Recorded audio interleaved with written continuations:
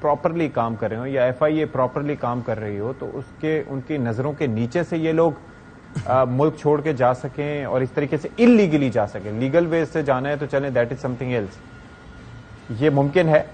بھائی جان, یہ ممکن ہے کہ اگر قانون اور آئین ہو تو کوئی اس طرح کے ایجنٹ بیٹھے ہوں ابھی تک. یہ ممکن ہے کہ یہ کوئی پہلا حادثہ نہیں ہوا, پچھلے 20 سال 30 سال سے جو کچھ ہو رہا ہے وہ کسی کو پتہ نہیں ہوگا. اس میں انڈائریکٹ یا ڈائریکٹ انوالومنٹ ہوتی ہے ساروں کی.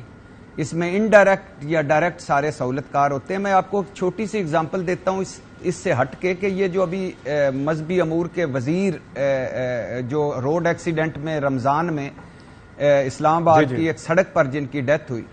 تقریباً یہ سارے تقریباً 400 پاکستانی 135 کشمیری یہ ملک چھوڑ کر جانا چاہ رہے تھے, ڈنکی مار کر یورپ جا رہے تھے, اس ملک سے بھاگنا چاہ رہے تھے, یہاں کے قانون اور سسٹم سے وہ نکلنا چاہ رہے تھے اور انہوں نے اپنی جانیں قربان کر دی. ان کی میتوں کی شناخت نہیں ہو رہی, بہت ساروں کی لاشیں نہیں مل رہی اور وہ یورپ میں یعنی کھلے سمندر میں یونان کے قریب مارے گئے ہیں. ہم یوم سوگ منا رہے ہیں, یوم سوگ یوم ندامت ہونا چاہیے تھا, لیکن یوم سوگ بھی منانے کا ہم نے اس لیے سوچا ہے حقیقی معنوں میں چونکہ انٹرنیشنل کمیونٹی اس کے اوپر چیخ اٹھی ہے, دنیا اس کے اوپر بات چیت کر رہی ہے, اقوام متحدہ اس کے اوپر بولا ہے, یونان کے اندر اس کے اوپر پروٹیسٹ جاری ہیں, لہٰذا ہم نے سوچا کہ ہم بھی یوم سوگ منا کر کم از کم فیس کور کر لیں. دوسری خبر یہ ہے کہ اچانک سے پاکستان کے پرائم ٹیلی ویژن اور سوشل میڈیا پر خبریں چلنا شروع ہوگی کہ 135 جو کشمیری ڈوب کر مرے ہیں یا پھر جو اس بوٹ کے اندر شامل تھے, کوٹلی پولیس نے جناب ایک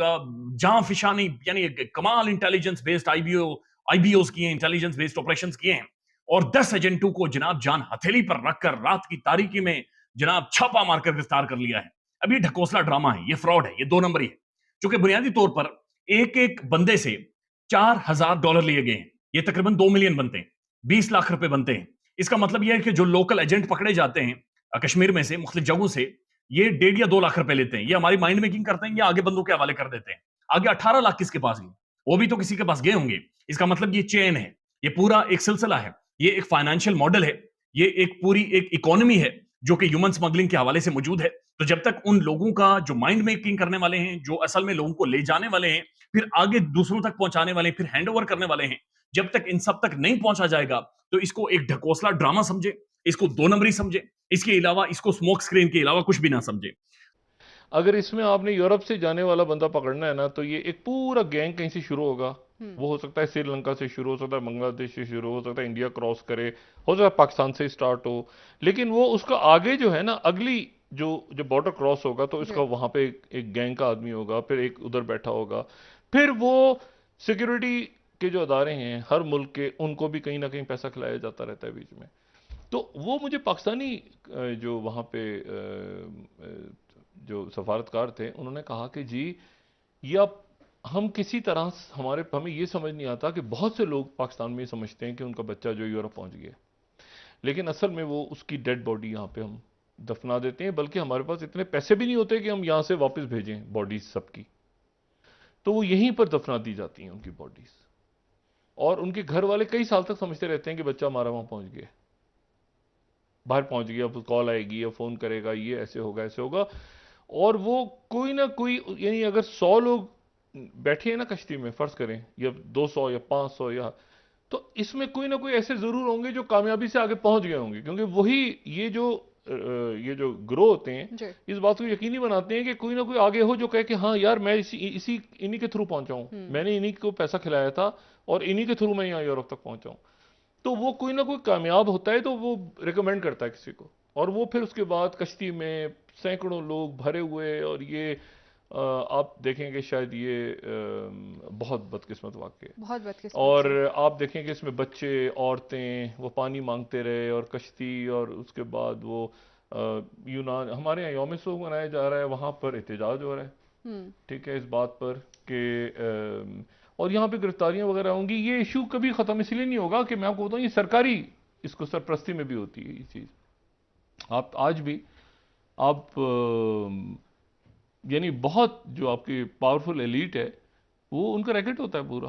کہ یہ ہمارے جاننے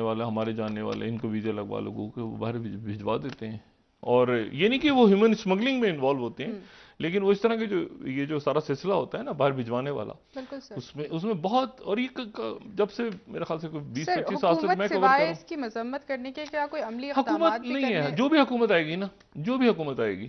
ایک حکومت کو چھوڑ، جو بھی حکومت آئے گی، یہ پورا سسٹم، اس سسٹم میں ایسے لوگ بیٹھے ہوئے ہیں کہ وہی کام ہمیشہ ہوتا رہے گا. تو دوستو شہباز سرکار کی انگریزی نے ایک بار پھر سے دنیا میں فضیلت حاصل کی ہے. شہباز شریف سرکار نے جو لوگ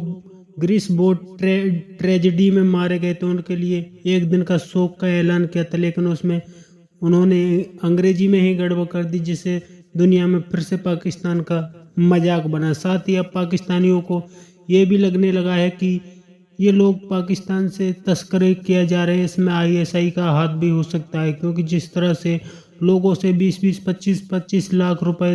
لے جاتے ہیں اور ایجنٹوں کے ذریعے ISI یہ کام کراتی ہے. سب کو پتہ ہے کہ پاکستان سے کتنی آسانی سے لوگوں کو دوسرے دیشوں میں بھیجا جاتا ہے. اس میں پاکستانی فوج اور ISI کچھ نہیں بولتی، تو ان کو لگ رہا ہے کہ اب ISI نے اس میں کافی زیادہ پیسے کھائے ہوئے ہیں، کیونکہ جس طرح سے اب پاکستانی 300 سے زیادہ مارے جا چکے ہیں، اس میں ISI کی پول کھلنی شروع ہو گئی ہے، کیونکہ اس سے پہلے بھی پاکستان کے ساتھ ایسے کئی واقعات ہو چکے ہیں. آپ کی کیا رائے کمنٹ میں ضرور شیئر کریں. یدی آپ چینل پر نئے تو چینل کو سبسکرائب کریں، ویڈیو پسند آئے تو لائک کریں، کمنٹ کرو، شیئر کریں. جے ہند، وندے ماترم.